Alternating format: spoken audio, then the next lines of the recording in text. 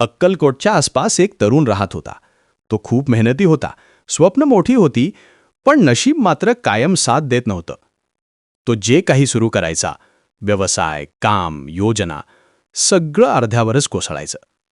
लोक हसायचे, कोणी म्हणायचा हा काहीच करू शकत नाही, तर कोणी त्याला नाव ठेवलं, अर्धवट माणूस. हळूहळू त्याचा आत्मविश्वास तुटत गेला. त्याने स्वतःवर विश्वास ठेवणंही सोडून दिलं. एक दिवस पूर्णपणे निराश होऊन तो स्वामी समर्थांच्या दर्शनाला गेला. डोळ्यांत अश्रू, मनात हजार प्रश्न. तो स्वामींसमोर बसला आणि म्हणाला, स्वामी, मी खूप प्रयत्न करतो, पण प्रत्येक वेळी अपयशच मिळतं. मी काहीच करू शकत नाही का? स्वामी समर्थ शांतपणे त्याच्याकडे पाहत राहिले, जणू त्याच्या मनातलं सगळं वाचत होते. थोड्या वेळाने त्यांनी उठून बाजूला असलेला एक मोठा कठीण दगड दाखवला. हा दगड फोड. तरुण थोडा चकित झाला. इतका मोठा दगड मी कसा फोडू? स्वामी म्हणाले, फक्त एक लक्षात ठेव, थांबायचं नाही. दुसऱ्या दिवशी सकाळी तो दगडासमोर उभा राहिला. हातात हातोडा घेतला आणि पहिला घाव मारला. ठक, काहीच नाही.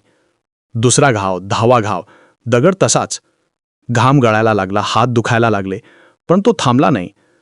50वा घाव, 70वा घाव. आतून आवाज येत होता, काही फायदा नाही, सोडून दे. पण लगेच स्वामींचे शब्द आठवले, थांबायचं नाही. तो पुन्हा उभा राहिला. डोळ्यांत जिद्द आली. 90वा घाव. आता तो पूर्ण थकला होता. हात कापत होते, श्वास जोरात चालू होता. एक क्षण आला जिथे त्याला वाटलं, बस आता नाही होत. पण त्याने शेवटचा प्रयत्न करायचं ठरवलं.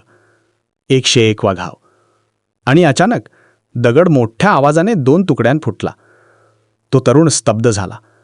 त्याला स्वतःच्या डोळ्यांवर विश्वास बसत नव्हता. तो धावत स्वामी समर्थांकडे गेला. स्वामी, दगड फुटला. स्वामी समर्थ हलकसं हसले आणि म्हणाले, दगड 101व्या घावाने तुटला नाही. तो आधीच्या 100 प्रयत्नांनी कमकुवत झाला होता. कथेचा खोल अर्थ. जीवनात आपण जे अपयश पाहतो ते खरं तर अपयश नसतंच. ते प्रत्येक वेळी आपल्याला मजबूत करत असतं, आपल्याला यशाच्या जवळ नेत असतं. पण आपण काय करतो? अर्ध्यात थांबतो आणि त्यामुळे यश आपल्या हातातून निसटतं. शेवटचा संदेश. तू 100 वेळा हरलास तरी चालेल, पण 101वा प्रयत्न सोडू नकोस. कारण कदाचित तुझं यश फक्त एक प्रयत्न दूर आहे.